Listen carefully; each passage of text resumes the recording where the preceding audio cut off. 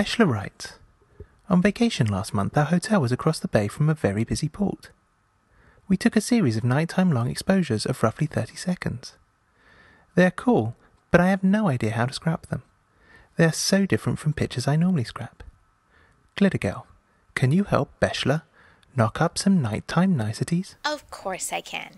Here's where I'm going to start today. I'm working with navy blue, cream, and some orangey yellow shades, and also a little bit of mint.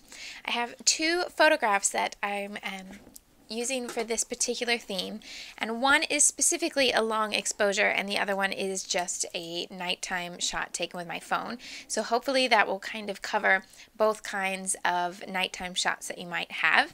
And a long exposure, if that's a new idea to you, means that you're using a camera where you can control how long the lens is open.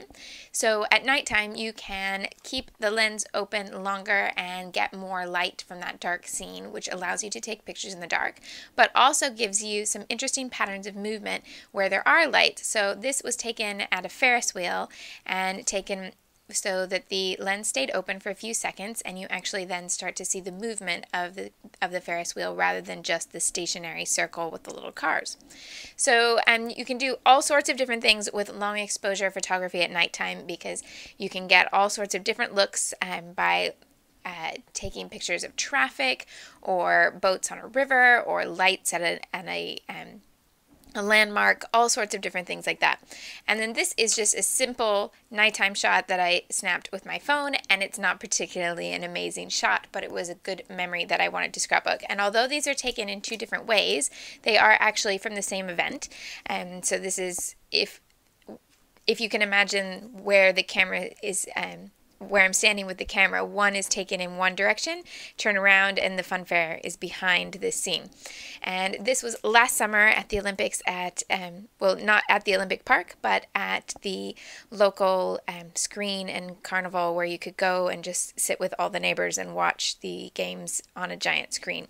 And then we also had all sorts of fun fair type things. So this was the last full night, and I had written down some things in my journal that I wanted to keep about that story, so this seems a great time to get it in my album.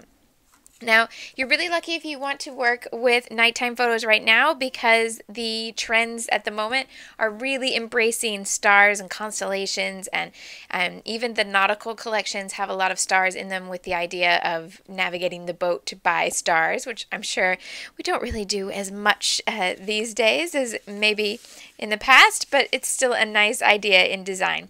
So I have collected some things here that will go along with that sort of theme, and that includes the printables that are available this month at 2Ps. There's a few different ones, and there's also cutting files, but I just chose two of the printables and printed them out on white cardstock. Now, it depends on what finish you would like. I printed them on textured cardstock because I really like that finish for my albums. But if you want to print it on glossy photo paper, you can get a lot more saturated color by doing it that way. And you can, of course, print on smooth cardstock if you want it to be more the type of finish that you get on most pattern papers. But what I would do is just test one and maybe not even print the full page, just print a little bit on a few different types of white cardstock or photo paper to get an idea, because every printer is going to be a little bit different and everybody's style is going to be a little different. So just pick what combination you like, and of course when you download a printable, then you can print it as many times as you want, so there's no big deal about testing it. You can see exactly what you'll like. And these pattern papers, I have some from Dear Lizzie Lucky Charm, including this lovely painted background, which if you like the painted look but you do pocket pages, the backside has all the same sort of effect but in 6 different 4x6 blocks. It also has this script print that says "Love you to the stars and back," and has again the printed effect on the painted effect on the other side. This one with constellations from Studio Calico Atlantic. The other side is a pale blue, which is the single red check. And then these two that give me a little bit of contrast in the color. This yellow chevron is from Pebbles Seen and Noted. And this kind of yellowy orange in the heart print from Simple Stories I Heart Summer. Okay, so I hope that seems like a good place to start, and we'll get putting together a layout, and I'll show you the other supplies as we go. The first question with nighttime photos tends to be what color will be best for the background. So I've chosen 3 to give us a little bit of variety here so you can see. I don't think there's a wrong answer here, but I think your eye will show you which one you like best, because you can go with a dark pattern paper as your background and then have the dark photos on that, and it's very much going to emphasize the darkness of the photo, and it's going to make any bright areas in the picture really pop. So if your photo has that high contrast of the white on the black, that might be something that you want to use, and of course you can break it up with other colors. But if you want it to emphasize the dark part more than the light part, so here the white is going to catch your eye, if you place it on a pattern that's light, then you're going to see the dark edge of the photo. That's going to come to your eye first. And here, where I've used the frame on an app on my phone, the frame is emphasized here where it wasn't as noticeable on the dark paper. And then we have the idea of going with a color that's not really represented fully in the photos, and this gives you something that's in between. Now, what I want to do really is use all 3 of these pattern papers together, and I'm going to be using them in different layers, but I do think that that gives you a choice of seeing what element of the story you really want to emphasize depending on what's in your photographs. And then you can also, as you go along, add more or less of the other colors to balance it out. One thing I do want to keep in mind as I'm working with these particular photos, this one has that white frame and it is a real white, it's not a cream, and this one has real white in the image. So I think if I put that against the cream paper, it doesn't necessarily come as clean a design. I'd actually like a different paper behind this, and then perhaps have this layer as another backdrop element, but with something in between the cream of the background paper and the photos. So I think that will be a great place for my star printed paper to come into play. Now here's what I really like for this sort of page, and that's to bring in that medium color, the one that's not represented in the photos that gives me that colorful contrast, as something that's just going to appear a little bit. And here it's going to appear around the edges, and I chose the chevron rather than the heart because the hearts aren't going to be visible as proper hearts around the edge, and a chevron just gives you that little bit of pattern. You're not really going to tell that it's particularly a chevron either, but that's okay. I just want a little bit of color, and I could have used a polka dot, a solid, anything like that. And if for instance you really wanted to use this exact paper again later, you can cut out the middle. So what I would do is just leave the edges intact, and you can do this with a paper trimmer to make it a lot neater and tidier, but it's also really simple to do it like this. And this isn't necessary, but you can of course leave it as a full sheet. There's nothing wrong with that. But this is something that's come up several times, is that people have asked, why would you use the whole sheet and only show the 1/4 inch when you could use more of it? So in this case, I'll be able to pull some accents from this, and so I'm just going to set it aside for now, and then I'm going to be putting this over the top, and you won't be able to tell the difference. So one thing I wanted to do before I adhere this, you may have seen Christina use a technique yesterday in her In the Mood to Scrap video with watercolored pencils, and I loved the look where she gave a contrasting color rather than just how I used the brown ink around the edges. She went around just partial pieces like the corners with a watercolored pencil, and then added the water on top to soften the color. And I don't have watercolored pencils, but I do have mists, and you saw me use them with water and a watercolor brush not long ago, and I'm going to give that a try. But I'm going to do the same thing that Christina did, and that's to try it on a little bit of the spare pattern paper first. That way I can get the color right, and I'm using a navy blue Mr. Huey and some water. And I have no idea how much I'll need to water this down, so it's just a place to start. And then I can just paint it on with my paintbrush and see how faded or dark it will be.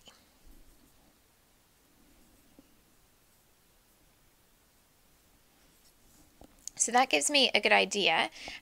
I don't want it to be darker than that, I don't think. So I'll go ahead and use that same bit of mist to just add a little bit of the navy blue to the edges of my pattern paper.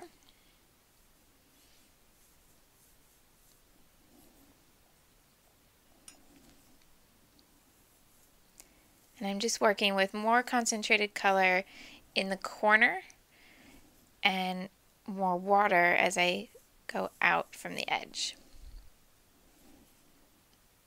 But if you have watercolored pencils, or if you're better with pencils than mist, or you want to give that a try, do make sure that you check out Christina's In the Mood to Scrap from yesterday, and that has her take on this technique. And this just, watching her video made me want to try it with the mist and see if it would add a little bit of color to this particular pattern paper that already has that lovely look of the paint on it, but doesn't have the color of my layout. So I'm just going to bring that in a little bit.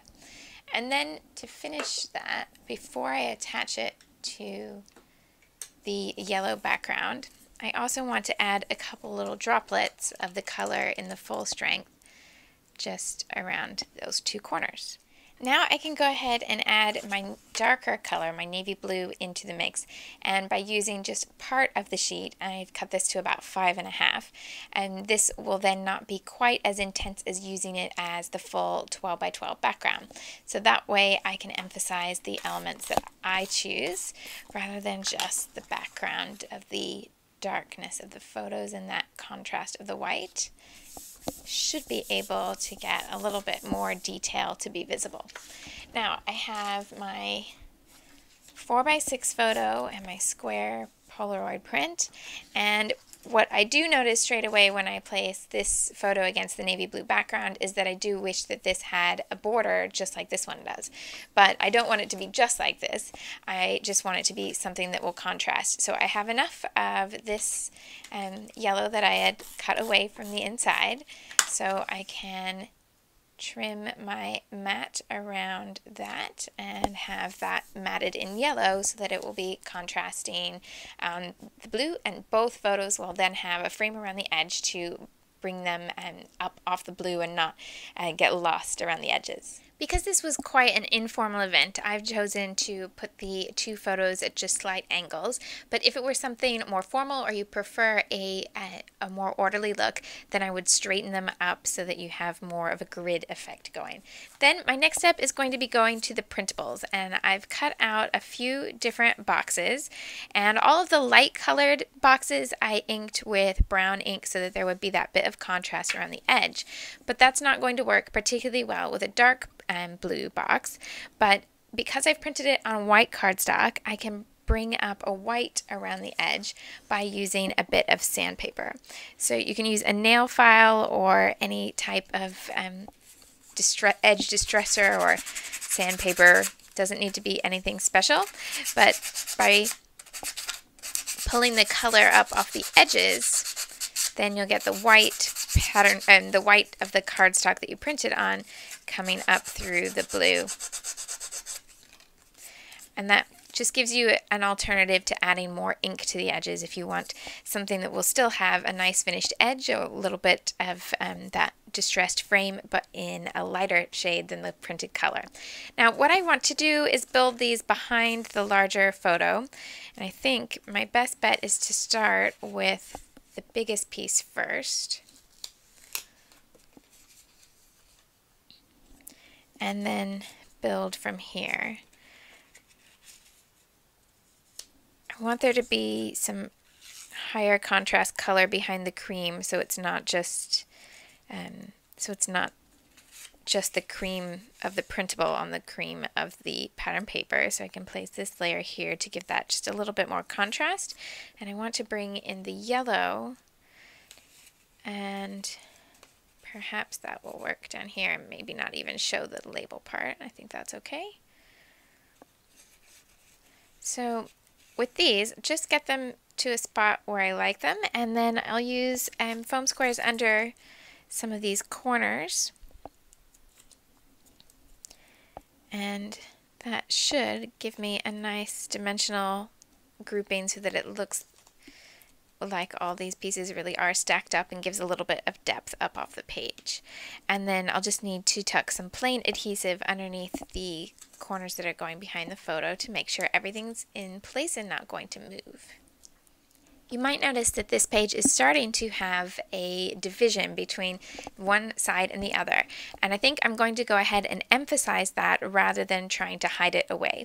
When I was getting my supplies ready, I was trying to choose some ink colors that would work with a little stamp by Evalicious that says "You are here," and I was just playing around with the texture of this pattern paper, because textured paper, when you have a solid stamp, doesn't always work well because you need to press really hard and make sure that you can cover everything so that you don't get too much of the texture showing through. That means that you can't read the writing coming through in from the paper. So I was just playing with different colors to see which ones were most legible, and I realized that I actually like the idea of doing a line of them in the different colors of the layout. Now I don't have them in exactly the right order here. I'd rather flip and have the navy blue at the bottom, but this little stamping sheet where I was just trying it out was enough to give me an idea that that would actually work. So I'm going to start at the top of the page and stamp all the way down to the bottom, going from the yellow, the orange, then the green, then the navy blue.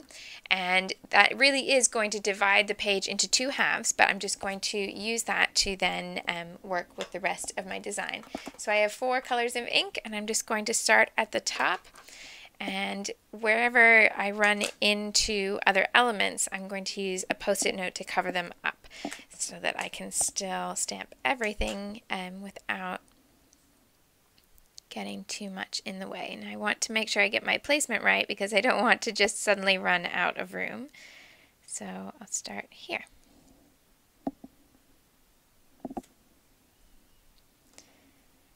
And I think best to do 2 of each, but that is going to have me running into that element. So I just grab some post-it notes, and then I can cover up the part of the page that I don't want to be stamped.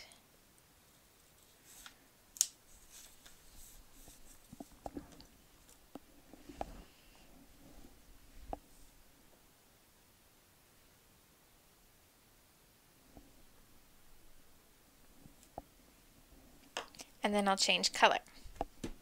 So I'll go from that light yellow to the more orangey shade.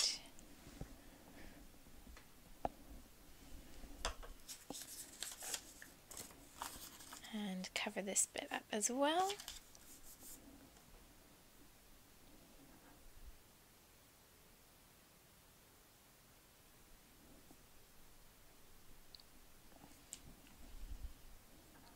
Where that popped at is I've not got my stamp perfect there around the edge, but I think that's going to be okay anyway.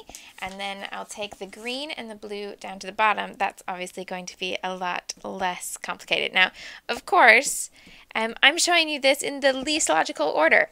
If you like the idea of this design and you want to add it to your page, having seen it, go ahead and add that first before you add all the other pieces on top, and it will be a lot easier. But at least now you can see that it is possible to go ahead and add some more stamping even after you've added other elements to the page. Now, with everything kind of divided toward this half of the page, I've added all these large elements from the printables over here, and with the smaller photo on the smaller part of the page, I want to add the smaller pieces of the printables. So I cut one of the larger boxes down to a smaller piece so that I could have that same color repeat and the star motif. And then I have a few different pieces that are smaller. Some of them are just normal rectangles that were easy to cut out with scissors or a trimmer, and then I used a circle punch. These two are actually printed as circles, but this one is a larger circle that I've just cut down to the same size so that I could punch them all with the same punch and they would match. So I just want to start layering these then on the diagonal. So I have one big grouping up here. I'm going to go with a smaller grouping down here below this photo and just build these up. I love adding the circles in spots where I can add dimension, because they just naturally will take to the idea of pop dots really easily. And then I can create a little grouping there, and I'll have some elements left over because I'll still want to include things with the title and stuff like that, but have a look at what I want to go in each little grouping. But the idea of having the big embellishments on the larger half, it's not half, clearly this is a little bit more than half, but this larger section and the smaller section, so that I have more embellishment, or the larger embellishments with the larger photo, everything on a smaller scale with the smaller photo. To continue that idea of the larger elements on the side with the larger photo and the smaller elements on this side with the smaller photo, I did the same thing with the letter stickers. So I've used my thickers for the title underneath the large photo, and then little letter stickers for the subtitle underneath the smaller photo. I did want to show you these letter stickers because I think the pack is a little bit misleading, and I was really pleasantly surprised to see everything that I got in the pack. So these are from My Mind's Eye. Now this is one pack, but they come in 2 different color options. So this is one, but there's a second one as well. And you get all these different colors all in one pack. So you're getting shades that work really well together. I love the fact that you get 2 shades within that aqua turquoise color range. Also kind of a light and dark gray, a pink, and then kind of a more coral tone, a more red tone, and a mustardy type yellow. So you're getting all of that in the pack. So you can see that in the product list, but from the picture it may look like it's just one sheet like this, and I just wanted you to see all that you're getting. You're getting numbers, uppercase and lowercase with the numbers, and then all different phrases there at the bottom too. And there's another color scheme that I don't have, so you can check out both if that's something that you're liking, if you like the little tile type letter stickers. So I've used both the pale and the brighter turquoise there so that I could add the lettering on top of the aqua printable, and quite like that effect of using them both together. Right, from here I'm going to go ahead and add my journaling. I added my date just on part of a printable. It was a larger box, but I cut it down to just a smaller piece there. And adding the journaling down here at the bottom, and then I'm going to finish with the final touches to the embellishment. Okay, so journaling all filled in at the bottom, and I just want to finish up with some embellishment. Now, when I use printables on a page like this, I find that bringing in some supplies that will be the same sort of embellishments that are throughout the rest of my album is really what makes a page mix well with the other layouts. I find if I haven't used printables for a long time, and then I use one and I just focus on all the different things that I can do with the printable without bringing in other supplies, then when it's in my album, it looks a little different because the embellishments are such a different style than what's on the other pages. So the trick for me is to make sure that I include a few little finishing touches that are the same sorts of things that will appear elsewhere in my album. So I have done a few things, like I've punched a few little tabs from that yellow pattern paper that I've been using. That's the little Rolodex card style punch from Jenny Bolin for Fiskars. And I have some little metal arrow paper clips in the colors that I've used here. Those are by Freckled Fawn, and they are exclusive to 2-piece. And then I have some little vellum pieces from a vellum die cut pack by Studio Calico in their Atlantic collection, which includes some more of those little star constellation map prints, and this one was a little circle and then some stripes and arrows. So those things are the type of embellishments that will be throughout my albums anyway, so that will help this all pull together and start to match up with the other layouts that I have in my album, and that means that the printables will look more to the style of everything else that I've included. So just thinking with the arrows, I can make these kind of point in the same direction that the angles of the cards are going.